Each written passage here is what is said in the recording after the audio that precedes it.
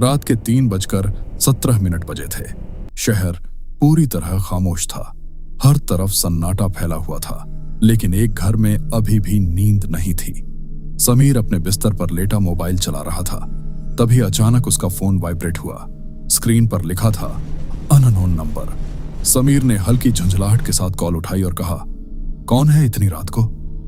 दूसरी तरफ कुछ सेकंड तक सिर्फ किसी के सांस लेने की आवाज आती रही। फिर एक धीमी ठंडी आवाज सुनाई दी, समीर। यह सुनते ही समीर का दिल जोर से धड़कने लगा।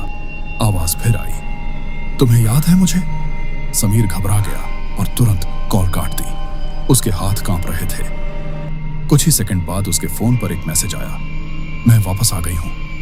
ये पढ़ते ही उसका चेहरा सफेद पड़ गया, क्योंकि यही लाइन उसने 2 साल पहले एक लड़की से कही थी।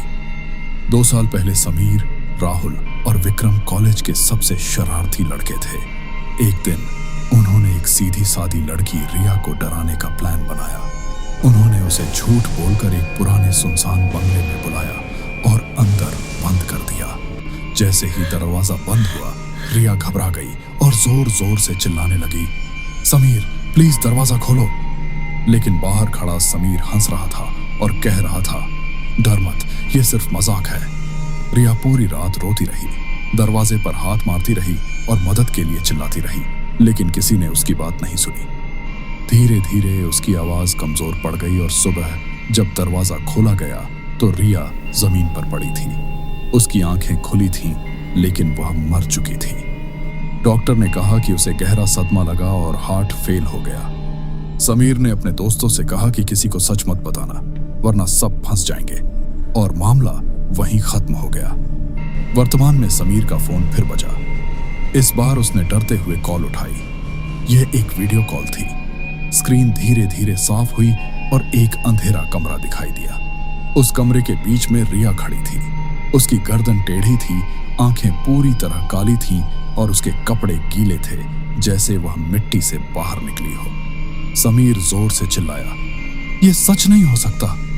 रिया के चेहरे पर हल्की मुस्कान आई और उसने कहा, तुमने मुझे अंधेरे में छोड़ा था, अब मैं तुम्हें वहीं ले जाऊंगी। उसी पल समीर के कमरे की लाइट बंद हो गई, पंखा रुक गया और हवा अचानक ठंडी हो गई।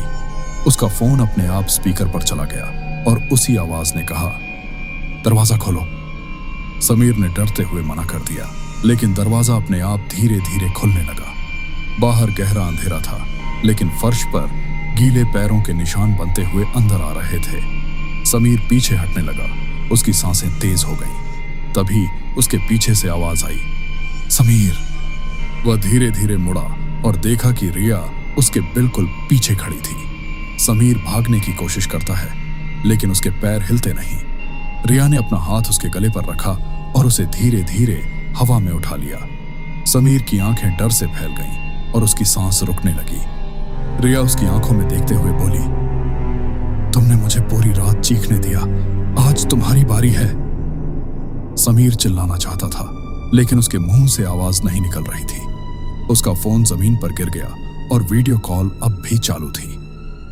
आखिरी बार स्क्रीन पर रिया का चेहरा बहुत करीब आता है और फिर सब कुछ काला हो जाता है। अगली सुबह पुलिस समीर के घर पहुंची। दरवाजा अंदर से बंद था और कहीं कोई तोड़ फोड़ नहीं हुई थी। समीर की लाश कमरे में पड़ी थी। उसकी आंखें खुली थीं और चेहरे पर खौफ जम चुका था। उसके हाथ में उसका फोन था। स्क्रीन पर लिखा था, कॉल ड्यूरेशन 2 घंटे 17 मिनट 13 सेकंड, लेकिन अब नंबर अननोन नहीं था। स्क्रीन पर नाम लिखा था, रिया कॉलिंग। उसी रात राहुल के फोन पर भी एक कॉल आई।